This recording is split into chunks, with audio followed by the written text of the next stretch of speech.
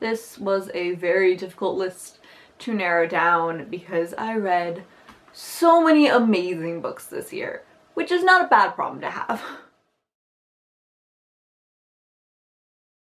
Hello lovely people, my name is Nicole and this is my top 10 books of 2016. So in order to help myself narrow down this list to only 10 books, I decided that these are only books that actually came out in 2015, not just all the books that I read in 2015. So without further ado, and in no particular order, I give you my top 10 books of 2015. The first one is Winter by Marissa Meyer. This was the finale of the Lunar Chronicles series, which I absolutely loved. It was such a just entrancing series with amazing character development, beautiful relationships, and awesome action. This book was huge. It was by far the longest book I read this year at just over 800 pages, which is kind of insane. But it was such a beautiful finale to a beautiful series, and I am so grateful to Marissa Meyer for it. The next book is A Court of Thorns and Roses by Sarah J Maas. I love Sarah J Maas's writing. It's absolutely beautiful, and she is so good at writing characters. Especially, she's really good at writing badass ladies and hot guys. So it is, of course, no surprise that I had at least one Sarah J Maas book on this list. This is the start of a new series and I couldn't help but fall in love with it.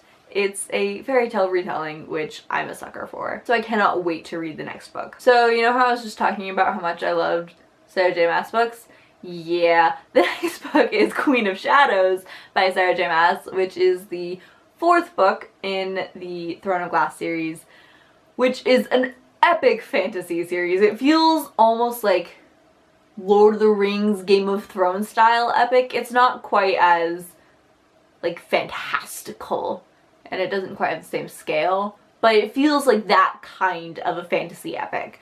And I feel like I might get a lot of hate for comparing a YA series to Lord of the Rings and Game of Thrones, but fuck it. I love this series, and some things that I really wanted to happen happened in this book, and some things that I did not know I wanted to happen that I'm really glad happened in this book. And I am just so emotionally invested in Aelin and her journey, and I loved seeing more of Rowan and Dorian and Kale and Manon.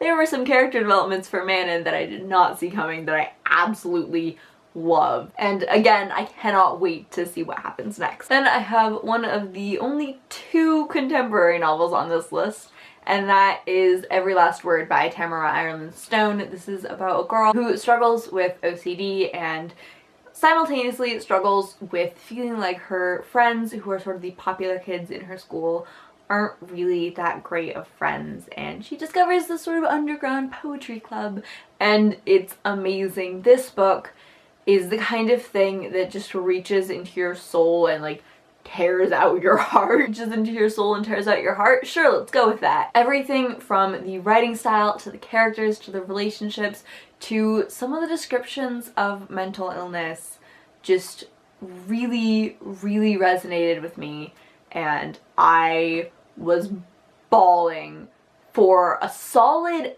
hour after I finished reading this book. Then I have the only graphic novel on this list, and that is Nimona by Noelle Stevenson. This is such an awesome balance of funny and quirky and fantastical with amazing art.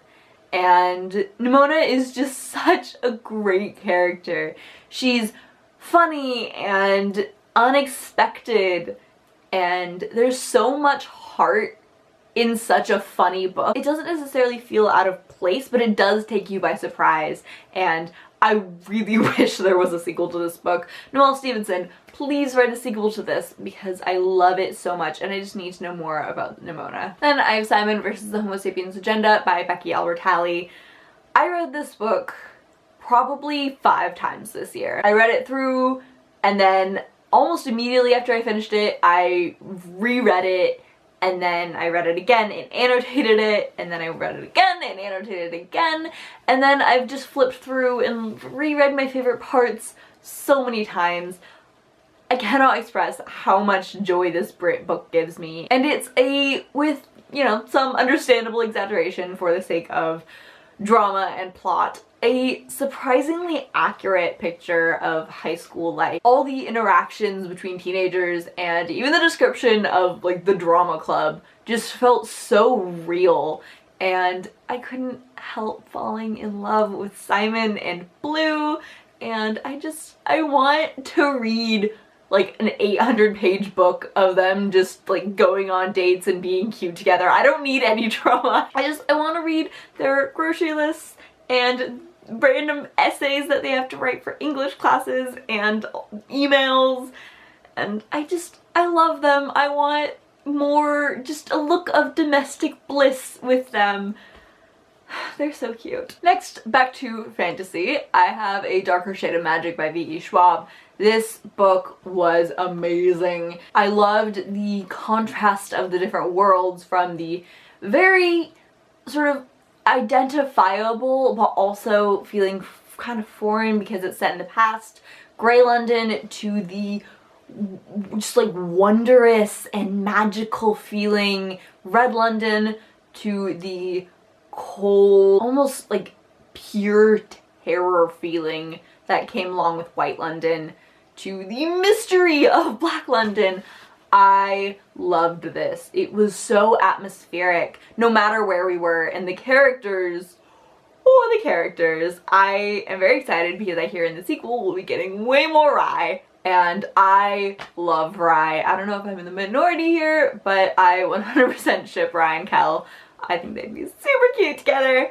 And I want more. I want to know more about this world and all of their adventures. Also, Lila Bard is a badass. The next book I have is one of the only books that I actually have a physical copy with me, and that is Six of Crows by Leigh Bardugo. First of all, just the design of this book with the black pages and the awesome cover is beautiful. Second of all, it's a fantasy heist novel. How can you not love it? I love the world and the magic system that was sort of carried over from Leigh Bardugo's previous series, and the cast of characters in this is brilliant.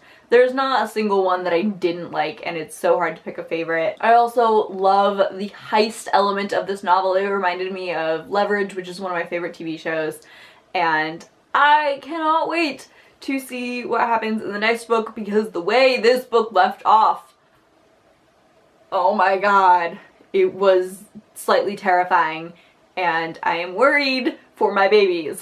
Then the second to last book I have on this list is Carry On by Rainbow Rowell, and I went into the year kind of expecting this to be one of my favorite books of the year, because I love Rainbow Rowell, and I remember back when she announced this book, I freaked out, because Fangirl, if you don't know, is one of my favorite books of all time.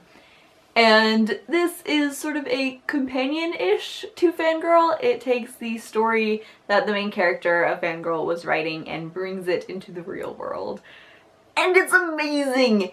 The two main characters are adorable together, and there were a lot of elements of it that really took me by surprise, because I mainly just expected a cute magical romance.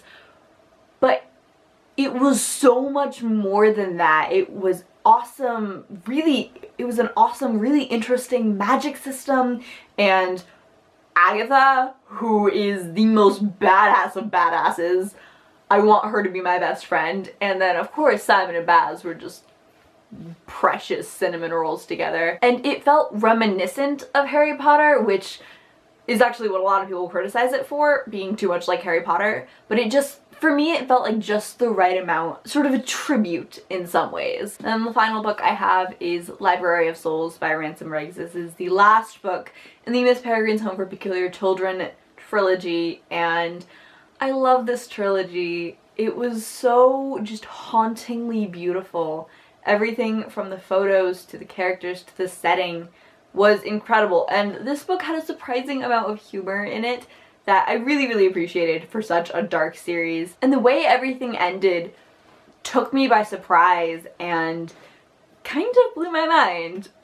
Everything worked out perfectly. I don't mean that in a everyone lived happily ever after kind of sense. I mean just in a storytelling sense. It felt like everything ended as it should. And despite the fact that I went in with a million different theories of how it might end, now I can't imagine any other ending than this one. So those are my top 10 books of 2015. Let me know what you thought of these or what your favorite books this year from this past year were. I love you and I will see you later. Bye!